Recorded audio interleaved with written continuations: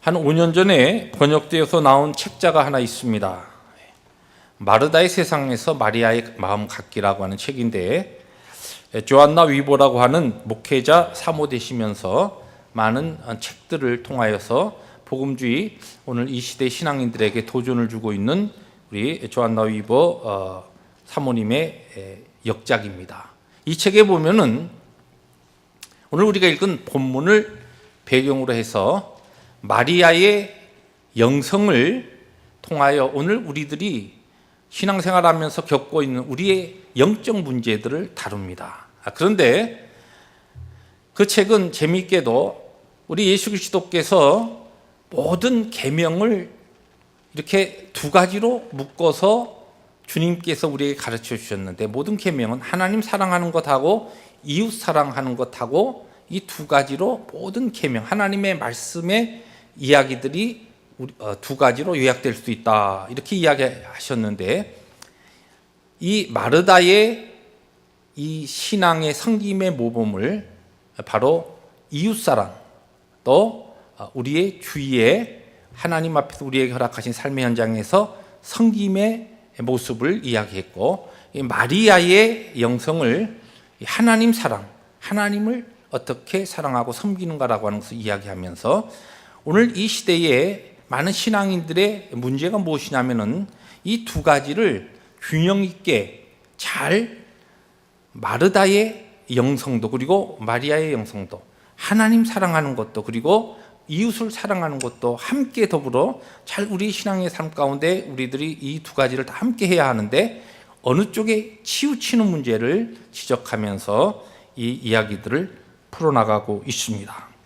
저희 교회 이름이 펠로십 교회입니다. 20년 전에 이곳에 교회를 세우면서 많은 이름 가운데 펠로십이라고 하는 이 명칭을 가지고서 교회 이름을 세운데, 저는 아주 매우 성경적인 교회 이름이다 그렇게 생각합니다. 왜냐하면 우리의 신앙을 오늘 이 마르다와 마리아의 이 영성으로 설명할 때에 하나님 사랑, 이웃 사랑이라고 했는데, 성경의 모든 것들을 펠로십으로 요약할 수 있는데, 수직적 펠로십과 수평적 펠로십으로 그렇게 설명할 수 있습니다.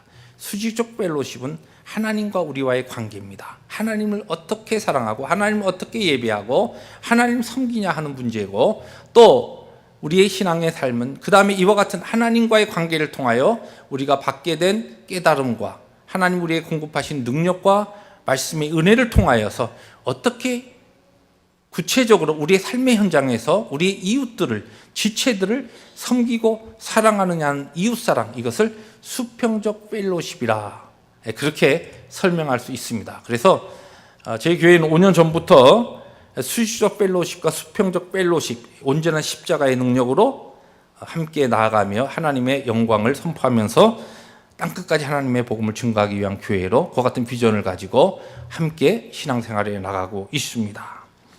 어떤 설교가는 오늘 우리가 읽은 이 마르다와 마리아의 이 사건을 또 좀 다른 각도에서 다뤘습니다. 어떻게 다뤘냐면, 마르다는 일 중심의 사람의 형태고 또 그것을 대표하는 모습이고, 마리아는 사람 중심의 사역을 이야기하고 있다. 사람들을 두 형태로 나누면 어떤 사람은 일 중심의 사람이 있고 어떤 사람은 사람 중심의 그와 같은 분들이 있다는 것이, 교회를 섬기는데도 어떤 분들은 일 중심으로 교회를 섬기는 분이고 어떤 분들은 사람 중심으로 교회를 섬기는 분들이 있다는 것입니다. 그러면서 마리아와 마르다의 화해라고 하는 그와 같은 주제로 작은 글을 써놓은 것을 읽은 적이 있습니다. 오늘 우리가 읽은 이 본문 말씀, 이 5구절로 짤막하게 되어 있는데, 이 짤막한 말씀으로 사실 저는 이 말씀 묵상하면서 이것은 오가는 세대의 모든 교회가 안고 있는 문제들이고, 교회가 이 지상에 존재하는 한 끊임없이 나타나는 교회의 하나의 밑바닥에 깔린 문제이기도 하고 또 갈등이기도 한 그와 같은 것이 바로 이 문제다, 그런 생각을 합니다. 그래서 어떤 교회 장로님은 그런 이야기를 했다고 합니다. 예수님께서 이 누가복음 10장에서 조금이라도 이 마르다를 칭찬하셨다고 한다면 오늘 우리 교회 주방의 일이 이렇게 힘들지 않았을 텐데, 이런 한탄을 했다고 합니다. 왜냐하면 일방적으로 이 마리아만 두둔하는 것 같은 주님의 메시지가 있기 때문에 열심히 일하는, 주방에서 열심히 헌신하는 분들의 힘들이 빠져버리고 또 그러한 일들을 하면서 교회에 무엇인가 불협화음이 일어나기 때문에 그렇습니다. 실제적으로 우리 신앙의 삶에 있어서 예배가 빠진 섬김과 봉사는 우리를 지치게 하고 또 절망하게 만듭니다. 그런가 하면 반대로 섬김이 없는, 봉사와 섬김이 없는 예배와 영성은 열매가 없고 자기 중심적이며 이기적인 신앙으로 그렇게 전락해버리고 맙니다. 이러한 문제를 안고 오늘 우리는 본문에서 주님께서 우리에게 가르치시려고 하는 중요한 메시지를 찾아보려고 합니다. 먼저 주님께서 오늘 본문을 통해서 우리에게 가르치시는 그 같은 메시지는 무엇인가? 먼저 일반적으로 우리들이 이 본문의 말씀을 교회 생활 어느 정도 하신 분들은 반복적으로 많이 들었기 때문에 이미 이 스토리를 잘 알고 있습니다. 근데 일반적으로 우리가 가지는 오해가 두 가지 있습니다. 무엇이냐면 첫째는 예수님은 마르다를 책망하셨다. 그런 인상을 오늘 본문을 통해서 가지고 있습니다. 그런데 오늘 본문의 말씀을 면밀히 원어적으로 또 문화적으로 역사적으로 잘 보면 오늘 말씀에 나오는 이 예수님께서 마르다에게 마르다야 마르다야 반복적으로 두 번 연거푸 부르시고 계신데 이 음성은 결코 책망의 음성이 아니고 이와 같은 표현의 뉘앙스는 아주 애틋한 주님의 사랑을 가지고 마르다에게 무엇인가 이야기하시려고 하는 그와 같은 내용이 여기에 담겨 있다는 것입니다. 주님은 절대로 마르다를 꾸짖거나 책망한 것이 아니라는 것입니다. 두 번째 오해가 있습니다. 두 번째 오해는 마리다가 선택한 것은 나쁜 것이다라고 하는 겁니다. 왜냐하면 우리는 일반적으로 어떤 것이 좋다 그러면 바로 흑백 논리를 가지고 그것에 비교되는 것은 나쁘다는 생각을 가집니다.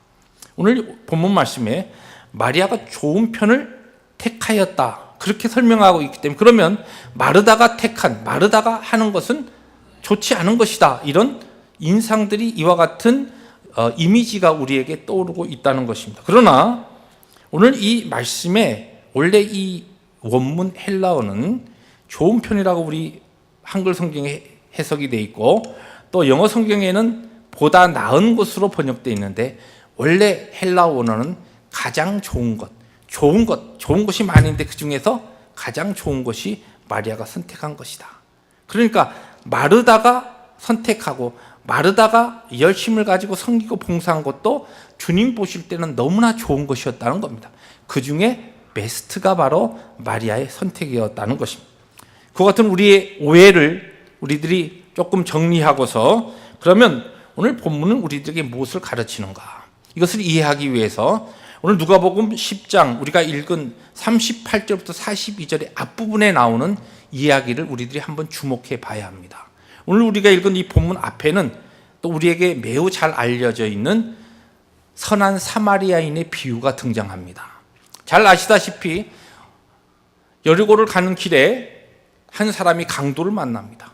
그래서 다 있는 거 빼앗기고 막 죽을 만치 맞아서 쓰러져 있는데 그것을 세 사람이 지나갑니다. 첫째 사람은 제사장입니다. 두 번째 사람은 레위인입니다. 그리고 마지막은 사마리아인입니다. 그런데 이 제사장, 첫 번째 지나간 제사장 그리고 레위인은 다시 말해서 그 당시에 하나님 앞에 예배하는 것, 하나님 앞에 제사 드리는데 전문가였습니다. 제일 예배를 잘하는 사람들이었습니다. 근데 그 사람들은 그냥 강도 만난 사람을 보고 지나가 버리고 맙니다. 그런데 선한 이 사마리아인은 이 강도 만난 사람을 보고 그를 축인이 여기고 불쌍히 여겨서 그에게 다가가 그의 상처를 안고 싸매고 그를 데리고 여관에 데리고 가서 그를 돌봐줄 것을 요청하며 그의 사랑을 그의 희생을 실천적으로 나타냅니다. 이 앞선 비유에서 주님께서 하나님의 백성들에게 그 당시에 그리고 오늘 우리들에게 원하시는 가르치시는 메시지는 바로 하나님 앞에 예배하는 것, 하나님 앞에 우리들이 하나님의 말씀을 통하여 하나님과 깊은 관계를 맺어가고 하나님의 그 깊은 영성 가운데 하나님 우리에게 주시는 그 영적인 깊은 은혜의 체험 가운데 들어가는 것 중요하다는 겁니다. 그러나 그것으로 끝나버리고 우리의 삶이 실제적으로 하나님께서 우리에게 주신 은혜로 말미암아 말씀의 능력과 깨달음으로 말미암아 우리의 삶에 적용되어지고 실천되어지지 아니하는 그와 같은 신앙은, 그와 같은 영성은 의미가 없다는 것입니다. 하나님 앞에 열심히 예배하고 말씀 공부를 통하여 하나님의 깊은 이 지혜를 깨달아가고 하나님의 마음을 아무리 안다고 하더라도 그것이 우리의 머리에 머물러 있고 우리의 실제 손과 발에 희생과 사랑의 실천으로 나타나지 않는다고 한다면 그것은 아무런 의미가 없다는 것입니다. 그와 같은 메시지를 전한 다음에 하나님께서는 성령의 감동으로 우리가 잘 알듯이 누가를 통하여 누가복음이 쓰여졌습니다. 예수님께서 공생애 동안 이 땅에서 행하신 일들이 요한의 기록대로 의하면 그것을 다 글로 쓰고 나면 그 책을 이 세상에 둘 곳이 없을 만큼 그렇게 많은 일들을 행하셨는데 그 중에 성령의 감동으로 꼭 필요한 것만 뽑아서 성경에 정리를 한 겁니다. 성령께서 그렇게 감동을 주셔서 성경을 써나갔는데 바로 이 선한 사마리아인의 비유 다음에 바로 오늘 우리의 본문 말씀이 등장합니다. 그러면 전체적인 문맥을 보시면서 성경을 이해하셔야 합니다. 하나님 앞에 예배하고 은혜 받고 하나님과의 깊은 관계 속에 들어가는 것 매우 중요합니다. 그러나 그것으로 우리의 신앙이 끝나버린다고 한다면 안 된다는 것입니다. 우리의 실천과 사랑과 봉사와 섬김이 뒤따를 때에 그것을 통하여 하나님께서 하나님의 그 십자가를 통하여 우리 인생에게 하나님의 사랑을 표현하시고 또한 베푸시고 우리를 구원하신 하나님의 그 구원의 복음을 나눌 수 있고 세상을 향하여 어두운 세상을 향하여 그리스도의 빛의 그 역할을 우리들이 감당할 수 있게 되는 것입니다. 이 메시지가 끝난 다음에 그러나 우리가 이 섬김과 사랑의 희생을 할 때 우리들이 그 다음에 조심해야 될 우리가 알아야 될 사역의 중요한 원리들을 바로 이 마르다와 마리아의 집에서 해픈된 이 사건을 통하여 주님께서 우리에게 가르치시는 겁니다. 우리가 잘 알듯이 하나님께서는 우리를 예수 그리스도를 통하여 복음의 놀라운 은혜를 받고 구원받은 하나님의 백성으로 삼아 주셨습니다. 우리는 다 하나님의 백성들입니다. 그런데 그것으로 끝나지 아니하고 우리를 예수 믿은 다음에 어떻게 보면은 가장 심플한 것은 예수 믿은 다음에 더 이 땅에 살아가는 동안 우리가 힘들어하고 고통당하고 또 갈등하고 하지 아니하고 바로 하나님의 나라에 데려간다고 한다면 얼마나 심플하고 또 간단하겠습니까? 그런데 이 땅에 남겨두시면서 우리로 하여금 이 땅에서 살게 하신 하나님의 우리를 구원하신 목적 가운데 중요한 것 하나가 무엇이냐면 섬기기 위하여, 봉사하기 위하여, 사역하게 하기 위하여 우리의 섬김과 사역을 통하여 하나님의 십자가의 복음의 능력을 하나님 알지 못하는 자들과 또 우리의 이웃들과 또 하나님에게 지체들에게 그 놀라운 하나님의 그리스도의 사랑이 편만하게 전파되기 위하여 오늘 우리로 하여금 이 땅에 살게 하신 거예요. 그러므로 오늘 이 자리에서 예배하는 우리 모두는 다 한 사람도 빠짐없이 하나님께서 오늘 우리를 부르신 사역자들입니다. 특별히 신학교 가서 목사 안수 받고 목회 길을 걸어가는 사람들만 사역자가 아니라 오늘 이 시대의 모든 크리스찬들은 모두가 다 사역자입니다. 이렇게 우리들이 주님을 섬기고 하나님의 교회, 몸된 교회를 섬기며 부름을 받은 이 사역자들로서 어떻게 주님을 섬기고 하나님의 교회를 섬기고 우리 지체들을 사랑으로 섬겨야 될 것인가? 다시 이것을 표현하면 어떻게 하나님의 그 복음 안에서 하나님을 우리들이 예배하고 하나님께로부터 받은 그 은혜의 말씀을 실제적으로 우리의 삶의 현장에 우리들이 어떻게 적용하면서 실천할 수 있는가라고 하는 이 사역의 원리를 오늘 본문에서 가르쳐주고 있습니다. 오늘 본문을 통하여서 오늘 그 사역의 원리 3가지를 찾아볼 수 있습니다. 오늘은 서론이 엄청나게 길었습니다. 이제 본론이 시작됩니다. 그러나 항상 제 설교에 서론이 길어지면 본론은 짧습니다. 소망을 가지고 말씀에 집중하시기 바랍니다. 그러면 사역의 오늘 성경이 이야기하는 세 가지 원리는 무엇인가? 첫째는 우리의 사역의 우선순위를 정하라는 것입니다. 섬김 이전에 예배를 통하여 주님과의 관계를 바로 맺고 시작해야 한다는 것입니다. 많은 신앙인들이 하나님의 교회를 섬기고 무엇인가 열심히 하다가 오늘 성경에 나오는 이 마르다의 영적 증후군이 나타나는 이유가 무엇이냐? 우선순위를 정하지 아니하고 우리들이 섬기고 사역하기 때문에 그렇습니다. 어떠한 경우에도 우리에게 빼어놓을 수 없는, 그리고 절대로 우리들이 그냥 스킵해서 넘어갈 수 없는 것이 있다고 한다면 그것은 다른 것이 아니라 하나님을 예배하고 하나님의 말씀으로 하나님의 우리에게 주시는 은혜를 공급받고 하나님의 능력을 받는 일입니다. 그와 같은 하나님의 은혜를 경험하고 하나님의 말씀을 통해 우리에게 주시는 그 깊은 깨달음 없이, 하나님 주시는 그 은혜와 능력 없이 사역에 임할 때에 우리의 사역에 자꾸만 시끄러운 소리가 나고 불편해지고 하는 것만큼 감사보다는 우리의 마음에 불평과 원망이 일어나는 것입니다. 그러므로 오늘 여러분들의 사역의 현장에서, 여러분들의 삶의 그 자리에서 여러분들이 꼭 이 사역이 교회에서만의 섬김이 아닙니다. 여러분들의 가정에서 무엇인가 자꾸만 불평이 일어나고 오늘 마르다의 이 증후군이 나타날 때는 하나님과의 관계를 점검하시기 바랍니다. 하나님을 바로 예배하고 있습니까? 예배를 통하여 하나님께서 여러분에게 주시는 귀한 은혜를 경험하고 있습니까? 예배를 통하여 하나님의 위로를 경험하고 있습니까? 예배를 통하여 여러분의 삶이 살아나고 있습니까? 그것이 전제될 때에 여러분의 삶의 구체적인 섬김과 가정에서, 여러분의 일터에서, 교회에서 여러분의 봉사가 아름다운 열매로 나타나게 된다는 것입니다. 두 번째로 사역의 중요한 원리는 비교하지 말라는 것입니다. 오늘 본문 말씀에 이와 같은 우리가 가정을 해볼 수 있습니다. 오늘 본문 말씀은 이 제자들과 예수님이 혼자서 지금 마르다의 집에 들어간 게 아닙니다. 그의 제자들과 함께 마르다의 초대를 받고 그의 집에 들어갔습니다. 사람들이 상당히 많았을 겁니다. 그러니까 얼마나 분주했겠습니까? 일이 많았을 것입니다. 당연히 마르다 입장에서는 그 일이 벅차고 힘들었던 것이 사실입니다. 그런데 만약 이 마르다가 그의 동생 마리아가 없었다고 한다면, 그러면 마르다의 반응이 어땠을까? 이렇게 한번 우리가 가정해 보자는 것입니다. 아마 그랬다고 한다면 비교할 대상이 없기 때문에 아마 마르다는 더 혼신의 힘을 다해서 오신 분들, 그가 영접한 분들을 좋게 대접하고 그들에게 최고의 것을 드리기 위해서, 더 특별히 예수님께 초점을 맞춰서 열심히 일하고 준비하여서 공개했을 겁니다. 절대 마리아, 주님 왜 마르다도 이렇게, 마리아는 나를 도와줘야 되는데 내가 이렇게 바쁜데 그냥 놔두십니까?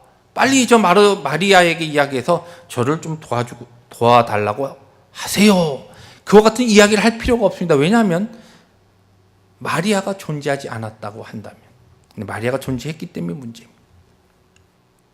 동일한 시츄에이션이, 상황이 우리들의 섬김의 현장에 많이 나타납니다.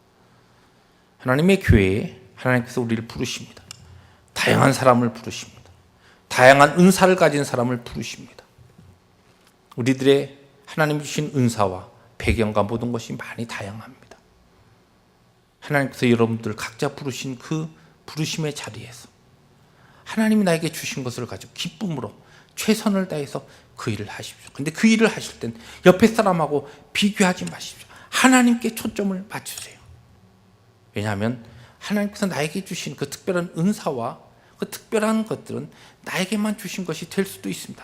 그것을 가지고 최선을 다해서 하나님을 기쁘게 하십시오. 때에 따라서 내 주위의 사람들은 그것이 없는 사람이 있을 수도 있습니다. 또 그와 같은 은사가 하나님이 아예 주시지 않았기 때문에 그와 같은 일을 할 수 없는 사람도 있습니다. 은사라고 하는 것은 무엇입니까? 내가 기쁨으로 할 수 있고 또 거기에 좋은 열매가 나타날 때 그것을 은사라고 합니다. 열심히 기쁨으로 하는데 그것을 잘 해야 합니다. 어떤 사람은 어떤 일을 막 열심히 자기가 하는데 열매가 이상하게 없는 분들이 있어요. 그건 여러분들의 은사가 아닙니다. 그럼 하지 마세요. 예를 들어서 어떤 의사가 있는데 이 의사는 막 수술하는 것을 너무나 좋아해요. 환자만 들어오면 자기가 막 칼 들고 자기가 수술한다 그러는데 이 의사가 수술만 하면 환자가 죽는 거예요. 그러면 그거는 자기 은사가 아니에요. 그러면 그 수술하면 안 됩니다. 교회에서 보면은 내가 이거 좋아하니까 한다는 거예요. 근데 하고 나면 꼭 그 사람이 한 그 일에는 무언가 어려움이 있고 열매가 없고 자꾸만 힘든 일이 나타나면 그거는 내 은사가 아닌지 알고 빠지셔야 됩니다. 은사대로 하십시오. 비교하지 마시기 바랍니다. 옆에 사람하고 비교하지 마세요. 하나님만 바라보고 주님에게만 초점을 맞추고 사역하셔야 합니다. 이것이 두 번째 원리입니다. 마지막으로 세 번째 원리입니다. 탈진하지 말라는 것입니다. 바로 여러분들이 마음속에 딱 반문이 일어날 겁니다. 아니 목사님 뭐 탈진하고 싶어서 탈진합니까? 일이 너무 많으니까, 내가 맡은 일이 너무 많으니까 그런 거 아닙니까? 사실 1부 예배 마치고 설교, 동일한 설교를 저는 1부와 3부 예배합니다. 1부 예배 마치고 어떤 성도님이 저에게 찾아왔습니다. 목사님, 오늘 설교가 좀 그랬습니다. 그래서 제 눈이 깜짝 뜨더니 왜 그랬습니까? 사실 제가 예배 더 드리고 싶어요.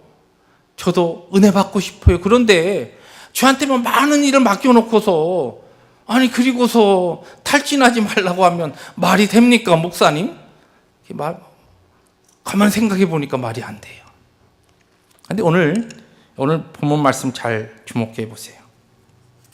여기 지금 우리가 이 탈진하는 데는 주님께서 우리에게 원하시는 것 이상으로 우리들이 하기 때문에 나타나는 문제일 수 있다는 것을 오늘 본문이 암시합니다. 예수님께서 하신 말씀이에요. 근데 여기 영어 성경에 보면 마르다에게 그렇게 이야기합니다. You are worried and upset about many things. 너무 많은 것에 네가 걱정하고 있고 그것으로 인해서 네가 upset돼 있다. 네가 그냥 마음이 뒤집어져 있다. 속상해 있다는 것이. 너무 많은 일에. 그러므로 뭐라고 합니까? 한두 가지든지 한 가지면 족하다. 중요한 일을 하고 나머지 일은 털어버리라는 것입니다. 주님께서 이 말씀, 주님께서 그 많은 것을 다 요구하시지 않는다는 것입니다. 우리가 사역하다 보면은 어차피 교회 해야 할 일은 있고 하는 사람은 없으니까 내 눈에 밟히고 하니까 열심히 이렇게 저렇게 하면서 그 일에 우리들이 몸과 마음이 소진해지고 탈진되어질 때가 있습니다. 그럴 때는 특별히 우리의 입술과 우리의 마음을 하나님 앞에 지켜야 합니다. 그리고 그럴 때에 다시 한번 오늘 이 사역의 원리대로 주님 앞에 나가서 하나님의 음성을 듣고 하나님께서 공급하시는 힘과 능력과 위로를 경험해야 합니다. 그리고 기쁨으로 그 일을 감당할 때까지 때에 따라서는 필요하면 조금 쉬는 기간이 필요합니다. 오해하지 마십시오. 맨 마지막 이 말씀에만 은혜를 받고 이제는 내가 푹 쉬겠습니다 목사님하고 이번 주부터 그렇게 다 일하던 분이 손을 놓게 되면 아마 다음 주부터 교회의 모임이 제대로 안 돌아갈 겁니다. 그러나 이것은 중요한 것은 우리가 하나님 앞에서 사역할 때 기쁨으로 감당해야 되고 하나님께서는 우리를 부르셔서 기쁨으로 사역하기를 원하신다는 겁니다. 올해 우리 교회의 표가 뭡니까? 구원의 감격으로 행복한 공동체입니다. 지난 주일에 우리들이 나눴던 메시지가 뭡니까? 하나님께서는 우리가 행복하게 그렇게 살아가기를 원한다는 겁니다. 너무 힘들게 주님의 교회에 사역하지 마세요. 여러분 자녀가 내 아버지 어머니가 이것을 원하시죠 하면서 막 집에서 막 온갖 일들 다 하면서 그러면서 막 힘들어하면서 얼굴이 막 우거지상이 돼가지고 그래가지고 아침부터 저녁까지 아버지 어머니 앞에 왔다 갔다 얼쩡거리고 나면 아버지 어머니 입장에서 참 아들 잘 둬가지고 딸내미 잘 둬갖고 내가 호강이다 그러면서 좋아하겠습니까? 그 자녀가 그렇게 우거지상을 하면서 그렇게 힘들어하는데 하나님께서는 우리가 주님 앞에 주님을 섬기고 교회를 섬기고 우리의 지체들을 섬기고 하나님 우리에게 주신 은혜들을 우리들이 열심히 실천과 희생의 삶을 살아갈 때 기쁘게 그 일을 하는 것을 원하시고 그것을 기다리신다. 주님께서 이 땅에 오셔서 가장 많이 지적하셨던 이 바리새인과 서기관들의 그들의 그 모습이 무엇이냐면 그들에게는 기쁨이 없었어요. 이 율법을 지키기 위해서 막 열심히는 하는데 그들의 삶에는 모든 것이 다 어둠이었고 그냥 짐이었고 하나님의 그 부르심 앞에서 그것을 감당하기 위해서 모든 것이 다 그들에게는 고통이었습니다. 열심히 하는 것만큼 그들은 힘들었고 고통스러워했고 또 열심히 하나님 앞에 예배하고 모든 것 하는 종교적인 행위만큼 그들의 삶은 너무나 비참했습니다. 하나님 그걸 원하시지 않았습니다. 우리가 하나님 앞에 믿음 생활을 하는 것 기쁨으로 해야 합니다. 즐거움으로 해야 합니다. 그러므로 탈진할 때 멈추십시오. 그리고 하나님의 은혜를 바라보십시오. 하나님께 초점을 맞추시기 바랍니다. 그러하면 하나님께서 여러분에게 공급하시는 은혜와 위로와 능력이 있습니다. 말씀을 정리하려고 합니다. 이 말씀을 전할 때 항상 우리는 우리의 신앙에 있어서 이것은 어떤 두 부류의 사람이 아니라 우리들 개개인의 신앙의 삶에 어떤 경우에는 마르다의 영성이 있고 어떤 경우에는 마리아의 영성이 있다는 거예요. 그런데 얼마만큼 이 두 가지 영성을 하나님 앞에서 균형 있게 잘 맞춰서 하나님의 교회를 섬기고 주님 앞에서 사역을 감당하는 이것이 중요합니다. 마리아와 마르다의 화해라고 하는 그와 같은 짤막한 목회 단상으로 어떤 설교가 쓴 내용을 여러분에게 마지막으로 읽어드리면서 오늘 말씀을 정리하려고 합니다. 그 목회 글에는 이와 같은 이야기가 기록되어 있습니다. 한국 교회의 광야에서는 한국 교회의 마리아들이 예배에 열중하면서 봉사를 잊었다고 비난하는 소리가 높다. 그런 목소리를 높이는 사람들의 얼굴일수록 분노와 객기가 충만하다. 오늘도 주님은 그런 마르다들에게 그렇게 분심으로 섬기기보다 차라리 예배실에 들어가 있는 마리아가 더 좋은 편을 선택하셨다고 말씀하실지 모른다. 그러나, 그 다음이 중요합니다. 그러나 오랫동안 예배실에서 말씀에 귀를 기울인 마리아들에게는 지금이 말씀의 능력을 간직하고 부엌으로 내려갈 시간이라고 말씀하시지 않을까. 마르다와 마리아의 화해, 그것만이 한국교회 내일의 새 얼굴이라고 믿는다. 저는 이 글을 읽으면서 우리에게 마리아가 있고 마르다가 있고 그렇지 않습니다. 우리 모두에게는 이 두 가지 영성이 다 있습니다. 중요한 것은 하나님 앞에서 하나님 정말 잘 섬기고 수직적 펠로십을 통하여 하나님의 그 은혜와 하나님 공급하시는 그 능력을 경험하면서 이것이 그것에 머물러 있지 아니하고 힘있게 능력 있게 지체를 섬기고 교회를 섬기고 내 가정을 섬기고 내 또한 일터의 현장에서 하나님을 알지 못하는 자들을 섬기는 그 같은 수평적 펠로십이 우리의 삶에 힘있게 나타날 때 이것이 바로 우리 펠로십 교회의 내일의 새 얼굴이라고 믿습니다. 이와 같은 은혜가 2014년 구원의 감격으로 행복한 공동체 이룬 가정으로 하나님 앞에 설 수 있는 하나님의 말씀의 도전과 우리의 사역의 원리가 되기를 주의 이름으로 축복합니다. 기도하십니다. 하나님 아버지,